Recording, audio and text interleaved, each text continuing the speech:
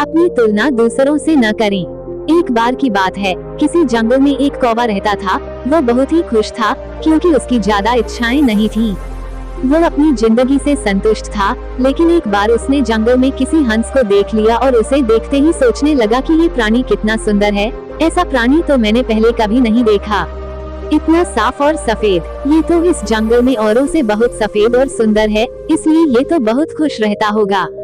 कौवा हंस के पास गया और पूछा, भाई तुम इतने सुंदर हो, इसलिए तुम बहुत खुश होगे।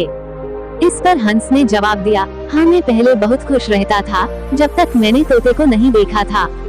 उसे देखने के बाद से लगता है कि तोता धरती का सबसे सुंदर प्राणी है। हम दोनों के शरीर का तो एक ही रंग है, लेकिन तोते के शरीर पर दो रंग है। उसके गले में लाल रंग का घेरा और वो सूरखरे रंग का था। सच में वो बेहद खूबसूरत था। अब कौवे ने सोचा कि हंस तो तोते को सबसे सुंदर बता रहा है, तो फिर उसे देखना होगा। कौवा तोते के पास गया और पूछा, भाई तुम दो रंग पाकर बड़े खुश होगे।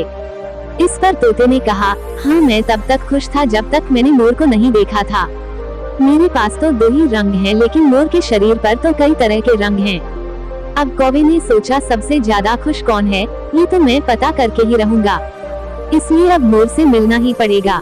कौवे ने मोर को जंगल में ढूंढा, लेकिन उसे पूरे जंगल में एक भी मोर नहीं मिला और मोर को ढूंढते ढूंढते वह चिड़ियाघर में पहुंच गया तो देखा मोर को देखने बहुत से लोग आए हुए हैं और उसके आसपास अच्छी खासी भीड़ है। सब लोगों के जाने के बाद कौवे ने मोर से पूछा, भाई तुम दुनिया के सबसे सुंदर जीव हो और रंग बिरंगे हो, तुम्हारे साथ लोग फोटो खींचवा रहे थे, तुम्हें तो बहुत अच्छा लगता होगा और तुम तो दुनिया के सबसे खुश जीव होगे। इस पर मोर ने दुखी होते हुए कहा, भाई अगर सुंदर हूँ तो भी क्या फर्क पड़ता है, मुझे लोग इस चिड़ियाघर में कैद करके रखते हैं, लेकिन तुम्हें तो कोई चिड़ियाघर में कैद करके नहीं रखता और तुम जहाँ चाहो अपनी मर्जी से घूम फिर सकते हो। इसलिए दुनिया के सबसे संतुष्ट और खुश जीव तो तुम्हें होना चाहिए, क्योंकि तुम आजाद रहते हो।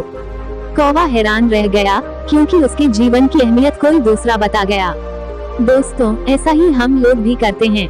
हम अपनी खुशियों और गुणों की तुलना दूसरों से करते हैं, ऐसे लोगों से जिनका रहन सहन का माहौल हमसे बिल्कुल अलग होता है। हमारी जिंदगी में बहुत सारी ऐसी चीजें होती हैं जो केवल हमारे पास हैं, लेकिन हम उसकी अहमियत समझकर खुश नहीं होते। लेकिन दूसरों की छोटी खुशी भी हमें बड़ी लगती है, जबकि हम अपनी बड़ी खुशियों को इग्नोर कर देते हैं। आखिरी प्रयास। एक समय की बात है, एक राज्य में एक प्रतापी राजा राज करता था। एक दिन उसके दरबार में एक विदेशी आगंतुक आया और उसने राजा को एक सुंदर पत्थर उपहार में दिया। राजा वह पत्थर देख बहुत प्रसन्न हुआ। उसने उस पत्थर से भगवान विष्णु की प्रतिमा का निर्माण कर उसे राज्य के मंदिर में स्थापित करने का निर्णय लिया और प्रतिमा निर्माण का कार्य राज्य के महामंत्री को सौंप दिया। महामंत्री गांव के सर्वश्रेष्ठ मूर्तिकार के पास गया और उसे वो पत्थर देते हुए बोला, महाराज मंदिर में भगवान विष्णु की प्रतिमा स्थापित करना चाहते हैं। 7 दिवस के भीतर इस पत्थर से भगवान विष्णु की प्रतिमा तैयार कर राजमहल पहुंचा देना। इसके लिए तुम्हें 50 स्वर्ण मुद्राएं दी जाएंगी। 50 स्वर्ण मुद्राओं की बात सुनकर मूर्तिकार खुश हो गया और महामंत्री के जाने के उपरांत प्रतिमा का निर्माण कार्य प्रारंभ करने के उद्देश्य से अपने औजार निकाल लिए। अपने औजारों में से उसने एक हथौड़ा लिया और पत्थर तोड़ने के लिए उस पर हथौड़े से वार करने लगा, किंतु पत्थर जस का तस रहा। मूर्तिकार ने हथौड़े के कई बार पत्थर पर किए, किंतु पत्थर नहीं टूटा। 50 बार प्रयास करने के उपरांत मूर्तिकार ने अंतिम बार प्रयास करने के उद्देश्य से हथौड़ा उठाया, किंतु ये सोचकर हथौड़े पर प्रहार करने के पूर्व ही उसने हाथ खींच लिया कि जब 50 बार वार करने से पत्थर नहीं टूटा, तो अब क्या टूटेगा।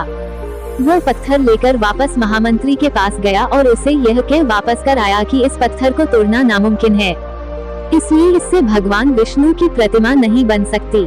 महामंत्री को राजा का आदेश हर स्थिति में पूर्ण करना था, इसलिए उसने भगवान विष्णु की प्रतिमा निर्मित करने का कार्य गांव के एक साधारण से मूर्तिकार को सौंप दिया। पत्थर लेकर मूर्तिकार ने महामंत्री के सामने ही उस पर हथौड़े से प्रहार किया और वो पत्थर एक बार में ही टूट गया। पत्थर टूटने के बाद मूर्तिकार प्रतिमा बनाने में जुट गया। इधर महामंत्री सोचने लगा कि काश पहले मूर्तिकार ने एक अंतिम प्रयास और किया होता तो सफल हो गया होता और 50 स्वर्ण मुद्राओं का हकदार बनता। मित्रों, हम भी अपने जीवन में ऐसी परिस्थितियों से दो चार होते रहते हैं। कई बार किसी कार्य को करने के पूर्व या किसी समस्या के सामने आने पर उसका निराकरण करने के पूर्व ही हमारा आत्मविश्वास डगमगा जाता है और हम प्रयास किए बिना ही हार मान लेते हैं। कई बार हम एक दो प्रयास में असफलता मिलने पर आगे प्रयास करना छोड़ देते हैं, जबकि हो सकता है कि कुछ प्रयास और करने पर कार्य पूर्ण हो जाता या समस्या का समाधान हो जाता। यदि जीवन में सफलता प्राप्त करनी है तो बार बार असफल होने पर भी तब तक प्रयास करना नहीं छोड़ना चाहिए जब तक सफलता नहीं मिल जाती। क्या पता जिस प्रयास को करने के पूर्व हम हाथ खींच ले वही हमारा अंतिम प्रयास हो और उसमें हमें कामयाबी प्राप्त हो जाए। इस तरह की मोटिवेशनल वीडियो देखने के लिए आप हमारे चैनल RCM की दुनिया को सब्सक्राइब करें।